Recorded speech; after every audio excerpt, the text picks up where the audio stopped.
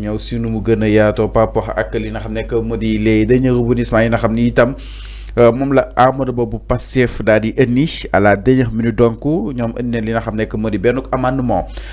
Alors peut-être entre parenthèses Badara Gadiaga jàpp na ni moo tax ñu daal di amender li nga xam ne que moo di loi bi.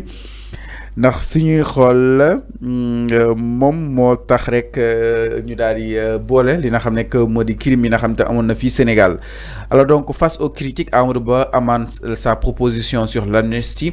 Le député Pastef Amadou Ba annonce un amendement de sa proposition de loi portant interprétation de la loi d'amnistie suite à de nombreuses polémiques sur l'article 1er. Alors article 1er bi li muy wax sont amnistiés de droit wala kon sont amnistiés de plein droit tous les faits susceptibles de qualification criminelle ou correctionnelle ayant exclusivement une motivation politique tel que formulé un texte pouvait permettre à des coupables de crimes d'échapper à la justice.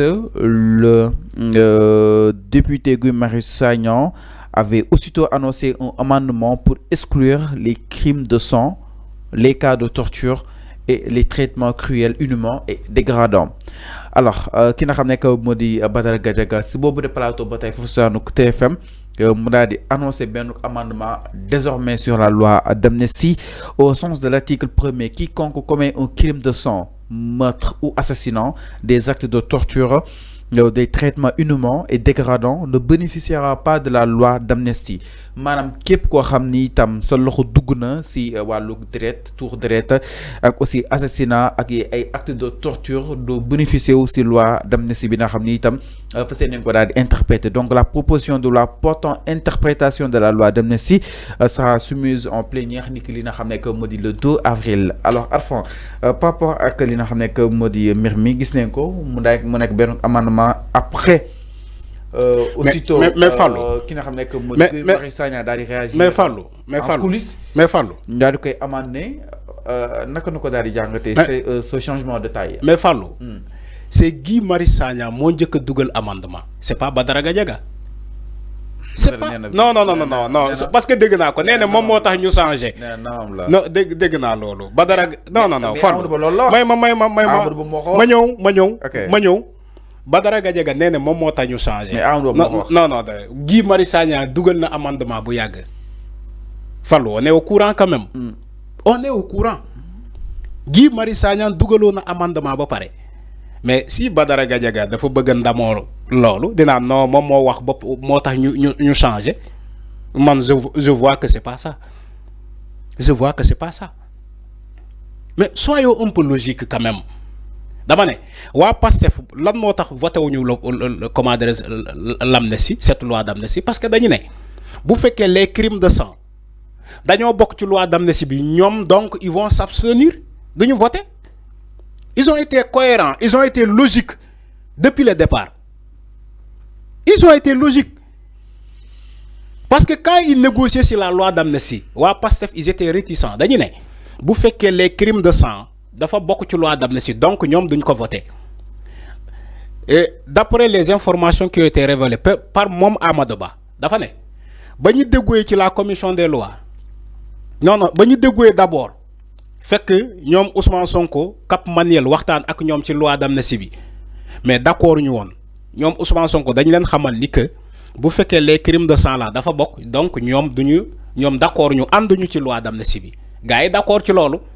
Gars yi ne leen d'accord loi d'amnistie bi dina jàll donc les crimes de sang bokk ci mais ñu dem ba ci la commission des lois Aïssata Tall Sall ne leen loi comment dirais-je kii bi nu mu tudd dafa njëkkoon wax Aïssata Tall Sall dafa njëkkoon wax ni que les crimes de sang la bokkul ci loi d'amnistie bi léegi mu dem moom Aïssata Tall Sall kii défendait même la loi ci moment boobu mu ñëwaate ne député Pastef yi effectivement les crimes de sang dafa bokk ci loi d'amnistie bi gars yi ne ko kon ñun voté wuñu loi bi moo tax ngeen gis waa Pastef député yi ci 14e législature bi voté wuñu la loi d'amnistie parce que ñii lii la ñu waxoon l'exposé des motifs après ñu dem ba à la fin ñu changer cet exposé des motifs daal di dugal les crimes de sang ci la loi d'amnistie il faut que ñu expliquer ko Sénégalais pour ñu comprendre Il ne faut pas manipuler l'opinion quand même. Parce que tu vois des gens qui ont plateau de manipuler l'opinion.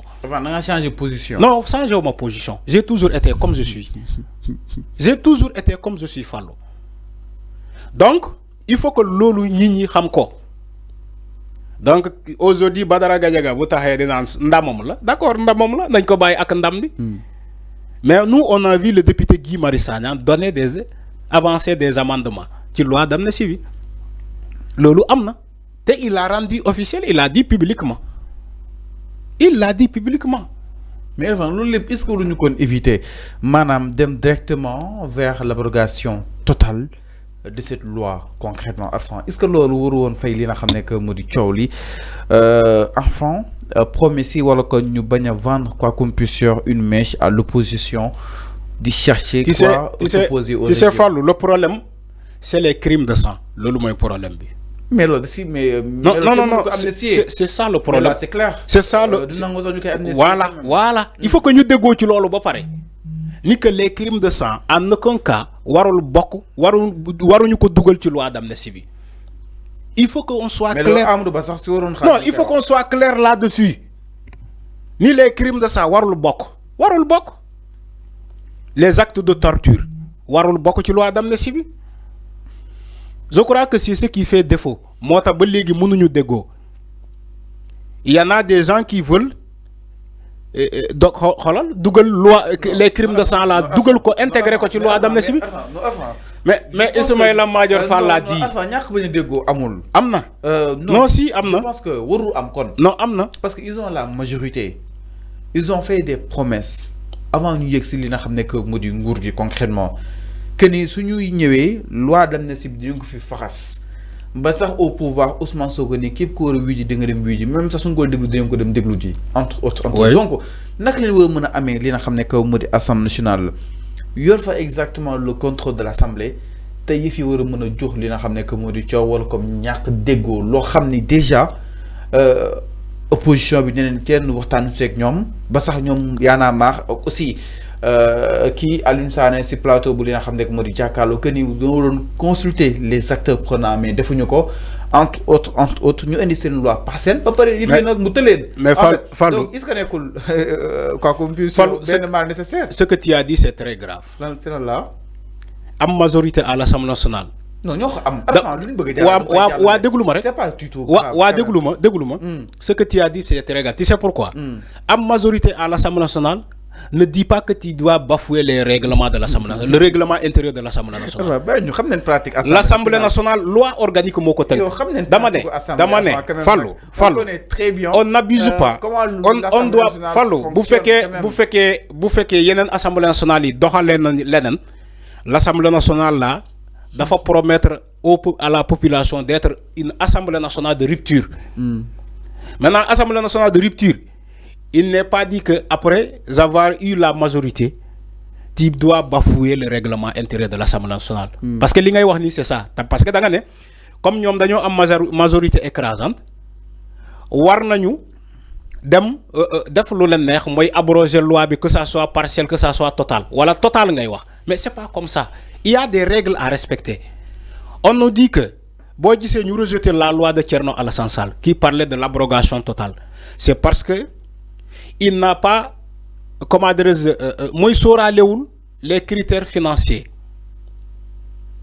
Parce que aussi loi, beaucoup de l'Assemblée nationale, they encadrent ce qu'on appelle les critères financiers. Thierno Alassane Sall n'avait pas tenu compte de ces critères et aussi proposé une proposition. C'est une loi. Il faut que l'Assemblée nationale l'Assemblée nationale dafa am nu mu bindo. C'est pas parce que tu as une majorité, légui lola neex ngay def Assemblée nationale, c'est pas comme ça. C'est pas comme ça. Bo dougalé loi Assemblée nationale, il faut tenir en compte des critères financiers. Da ngay proposer. Bu féké loi bi prévoirul loi d'amnistie abrogation bi ci yow anam format bi nga ko joxé, il faut proposer des solutions financières. C'est ce que Amadouba a fait. Il a proposé des solutions financières pour compenser l'abrogation ou bien la loi interprétative Boumoudougall. Mais si Thierno Alassane Sall avait fait ces critères financiers-là, proposé quoi, dans ce cas, il aurait complété un chapitre de cette proposition de loi. À une soirée, Amadou Ba confond droit et loi, les règles qui encadrent la légistique n'intègre pas les jurisprudences. Mom japp na ni ki nga xamné que modi Amadou Ba dafay confondre le droit ak li nga xamné que modi loi. Le juriste à une soirée ñu ngi ziar bu baax Arfan. Et je pense que donc leeral nga si wàllu woowu noonu c'est clair, c'est bon Arfan. Leer na si li nga xamné que modi la loi d'amnistie. En tout cas lépp lu si mën a am rek sénégalais ñi xaar à ce que yëf yi daal di war a mën a leer. Et que sénégalais surtout urgence yi nga xam ni itam ñu ngi koy xam daal di ko si tiré autour de cette loi d'amnistie. Alors daal ñëw itam si benn ponk sans plus tarder Arfan du côté de la régie.